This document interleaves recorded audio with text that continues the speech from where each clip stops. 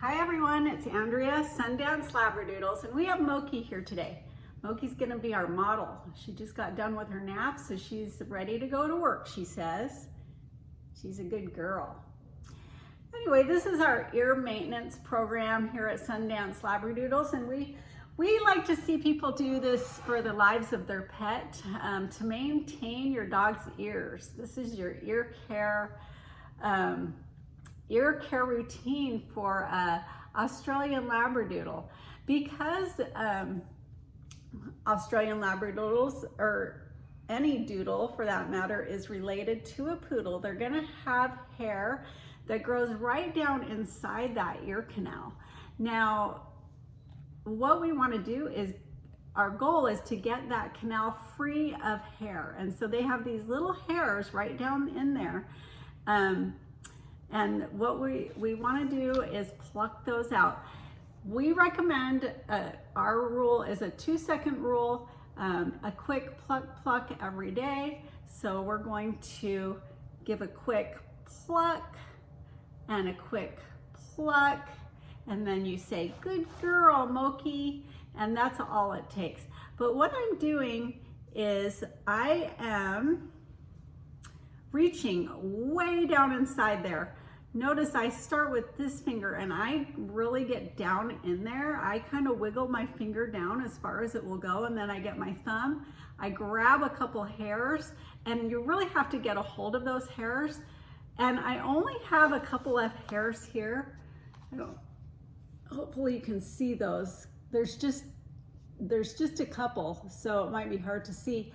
But if you do that every day, eventually you'll get all of those hairs out, and they will be free of hair, so they will have lots of airflow, and they won't trap moisture, and you won't get ear infections. Now, this hair on the outside, it's different. So you would never want to pluck this hair right here. Any hair you can see on the outside, that would hurt them. So you want to kind of get scissors and trim that off. This under here gets really, really thick. So what I do is I take that, and this I do about every 4 weeks. I put it in between my fingers, and I quickly take some scissors and cut that off. And so that also creates an airflow source, if you will.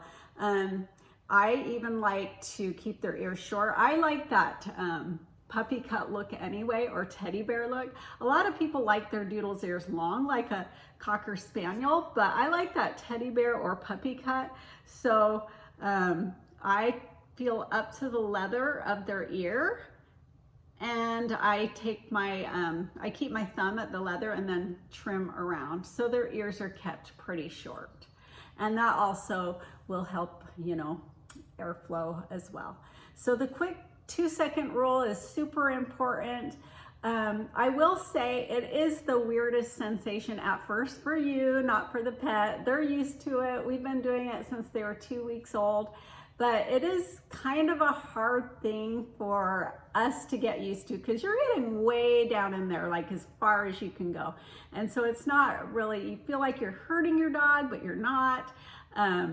And it is kind of greasy and waxy down in there. So what we recommend, if that kind of is, it's hard to get a hold of the hairs because it's too waxy, we recommend getting some groomer's powder. You can get it at pet stores, you can get it at Amazon.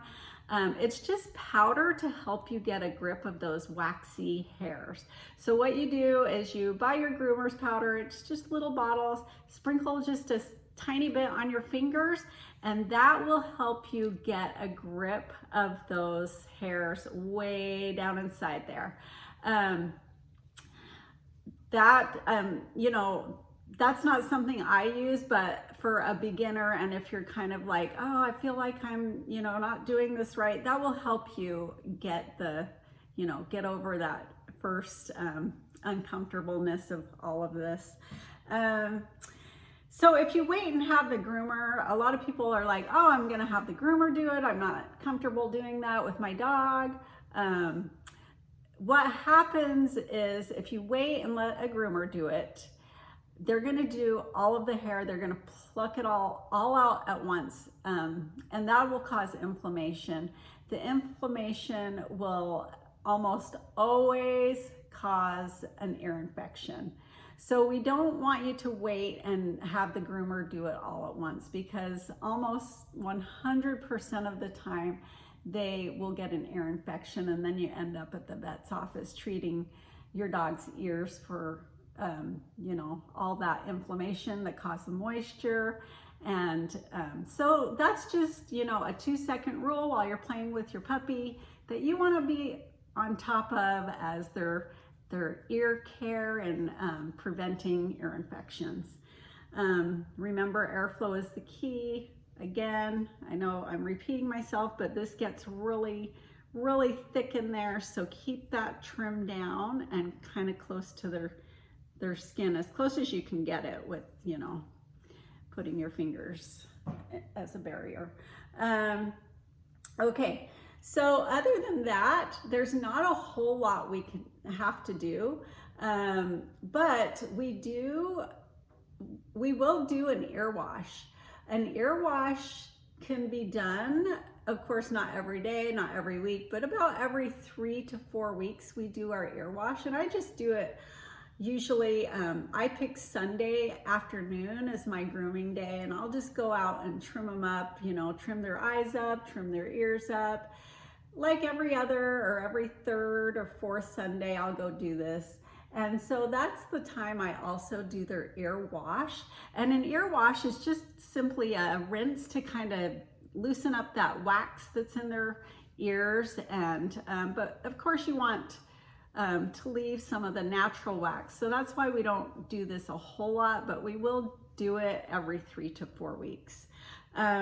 So what we do, you can buy ear cleanser from the store, and if you do, you'll get a nice squirt bottle. It's sort of like a ketchup bottle or a mustard bottle, but it has a little spout on it, and you just simply put the spout into their ear and squeeze until it's flowing out. Of course, you want to do this outside because they're going to shake. So you want to squeeze until this ear cleanser is falling out, and then you rub,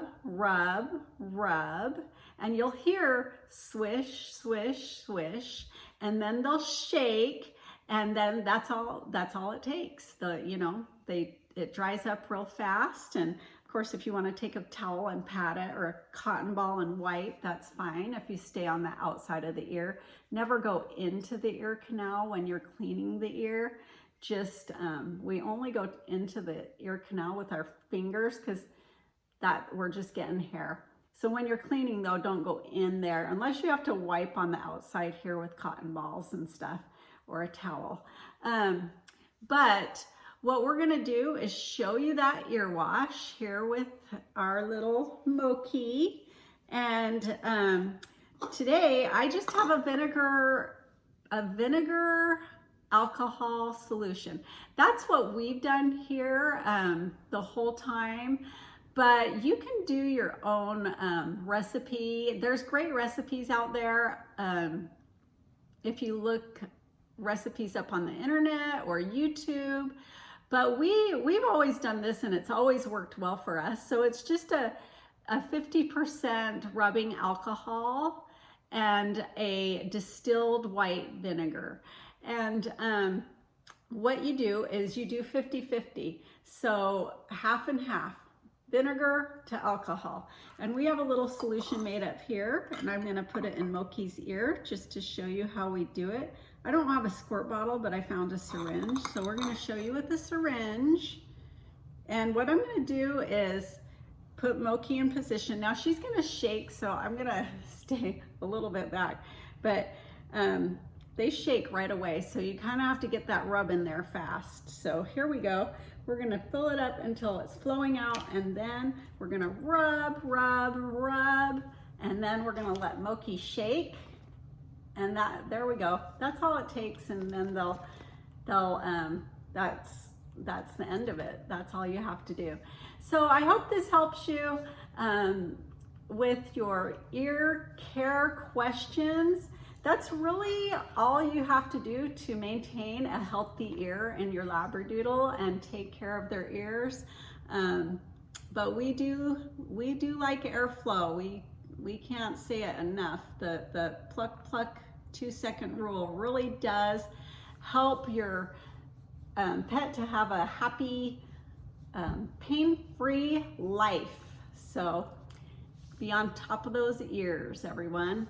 Thanks for watching, and have a great, there's a fly, have a great day, and thank you for watching us do our air care routine. Have a good day. Bye.